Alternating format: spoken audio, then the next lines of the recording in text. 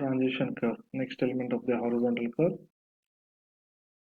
Transition curve is provided between circular curve and straight roads or the straight line. Why we require the transition? Because to change the properties like radius, centrifugal force and superelevation majorly. What happens normally in the straight law? Inner edge and outer edge of both the roads will be lower compared to the middle portion. But what happens in the circular curve? Outer edge will be raised. So the outer edge should be raised with respect to the inner edge. The raising will be done in transition curve gradually. If we do it suddenly, there will be the jerking effect for the vehicles. Similarly, centrifugal force. Some amount of the centrifugal force will be acting in your circular curve. So to introduce centrifugal force gradually, we will provide the transition curve. Next is radius. Whatever is the designed radius, we will provide the radius r in the circular curve. But straight road has the radius of infinity. So from infinity to r, to decrease the radius, again we will provide the transition curve. Whatever the properties here we have provided, similarly it is reversible in second transition curve. Here the radius will increases, super elevation will decreases, and centrifugal acceleration also decreases. Here all the first entry of the curve it will increases, exit of the curve it will decreases. Now we have to calculate the length of transition curve. Almost half of the curve, the transition curve will be straight. Transition curve will be straight. After half of the curve will shift inwards. The transition curve will shift inwards. Later we will calculate this S value. For the smoother transition from straight to curve and curve to the straight, we will provide the transition curve. As the name itself indicates, it is the transition phase. Now we will calculate the length of transition curve. Length of transition curve will be calculated based on three things. The first one is rate of centrifugal acceleration. There will be a centrifugal force acting in outward direction. Based on that, we have to calculate the length of transition curve. Here, centrifugal acceleration C is equal to 80 divided by 75 plus V, where V will be in terms of kmph. Whatever the C value we will get, it should be between 0.5 to 0.8. The minimum is 0.5 and maximum is 0.8. The C value, whatever you get, you have to check whether it is between 0.5 or 0.8. If you get less than 0.5, you have to take it as 0.5 only. If you get more than 0.8, then we have to reduce the speed and again we have to adopt it as maximum 0.8.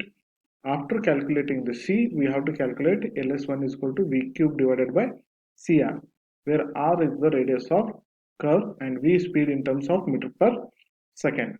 Again, once again I am telling, here V will be in terms of kmph and the value should be between 0.5 to 0.8.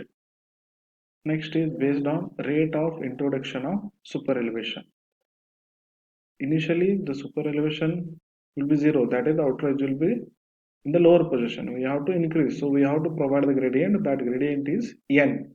N value will vary from 60 to 150. Normally for the plain terrain we will take the n value 150. For most of the problems we will take n is equal to 50. And with respect to the raise, we already know E is equal to E divided by B. B is the width of pavement. Why I have done the W plus WE? Because W is extra widening.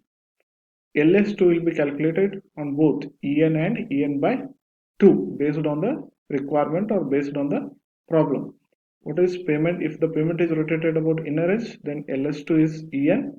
If it is rotated about central line, then it is En by 2.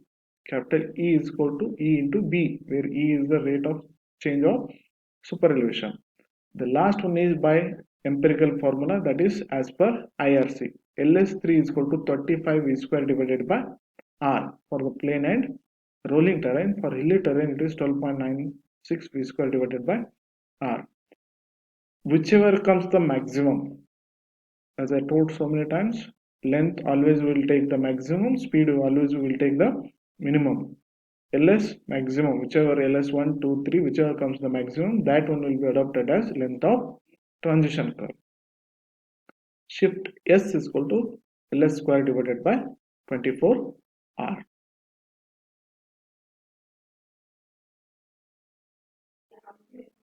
Basically, there are three types of transition curve: spiral, lemniscate, and cubic parabola.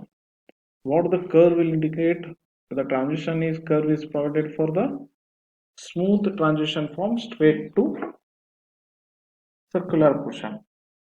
What we see here, as the degree will increases, as the angle will increases, the curve properties will changes.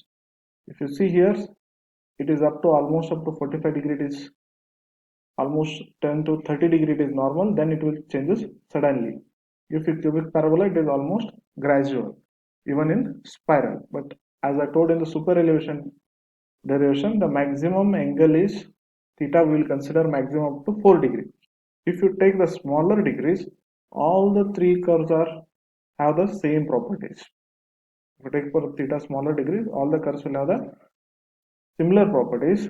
For the construction and calculation point of view, spiral is the easiest one. So we will adopt spiral curve as transition curve. Next is setback distance. What is setback distance? If this is AB is the horizontal curve, it told in the side distance problems only. This is what the required side distance. But AB, this is the side line. In horizontal curve, our eyesight line and the side distance will changes. If you have anything between C and D, then it will obstruct our side distance. We will not have the proper side distance. So how much should be the length of CD? How much we have to cut the trees if there are any buildings or anything should be removed. That distance will be called as setback distance. So we have to calculate this M value.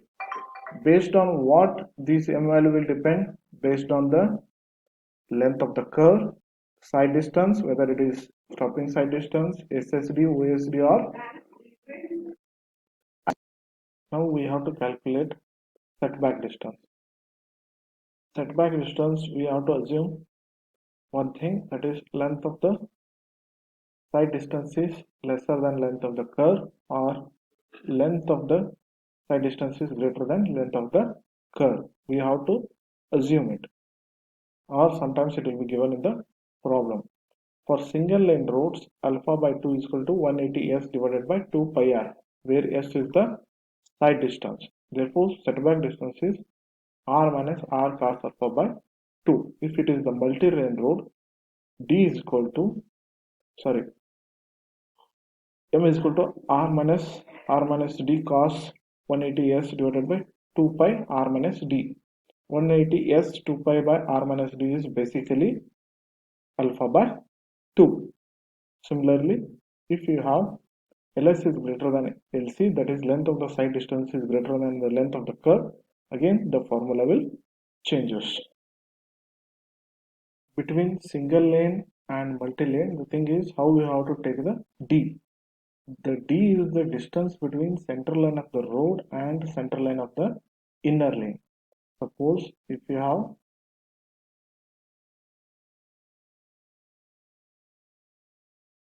the two-lane road, this is the center line of the road. What is D? Distance between center line of the road to the center line of inner lane.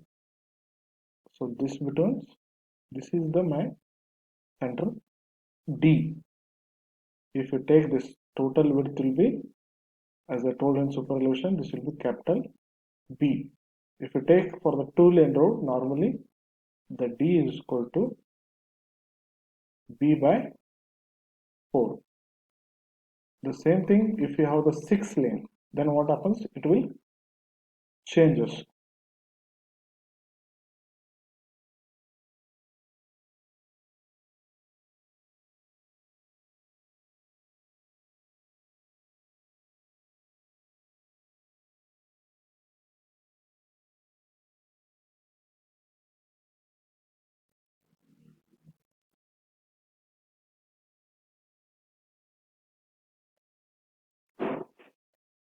The D is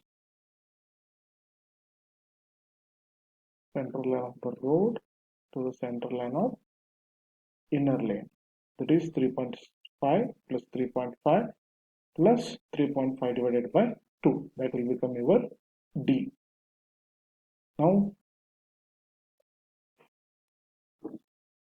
how we have to take the speeds for different types of roads and different types of terrain. Normally terrain will be classified in 4 types: plain, rolling, mountainous and steep. For every terrain we have the ruling and minimum speed depend upon expressways, national highways and state highways.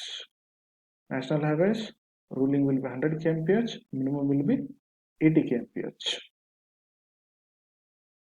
Now we will solve one example. A state highway passing through rolling terrain has a curve of radius equal to ruling minimum radius. We have to design all the geometric features. For setback distance, he was given inner side of the curve up.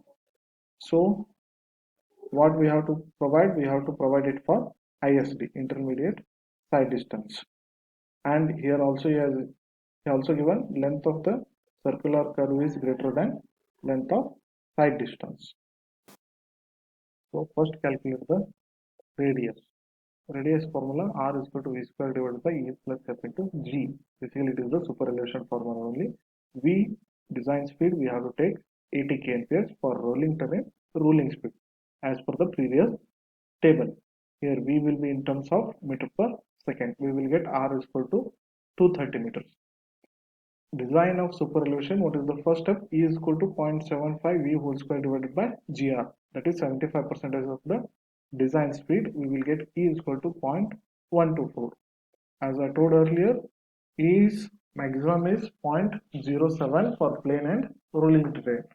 It is more than 0.07. We have to go for the step 2. So F is equal to V square divided by GR minus E. Here E will be 0.07. We will get F is equal to 0.149, which is lesser than 0.15. So it is safe. Next, what is we have to calculate the extra widening. How many width of the road is 7 meters? So number of the lane is 2 meters. Length is 6 meters. Extra widening is NL square divided by 2R V divided by 9.5 root R. This is mechanical widening and this will be the psychological widening. We will get 0.712 meters. B is W plus WE. W is width of the road. What is width of the road? 7 meter. WE is 0.712.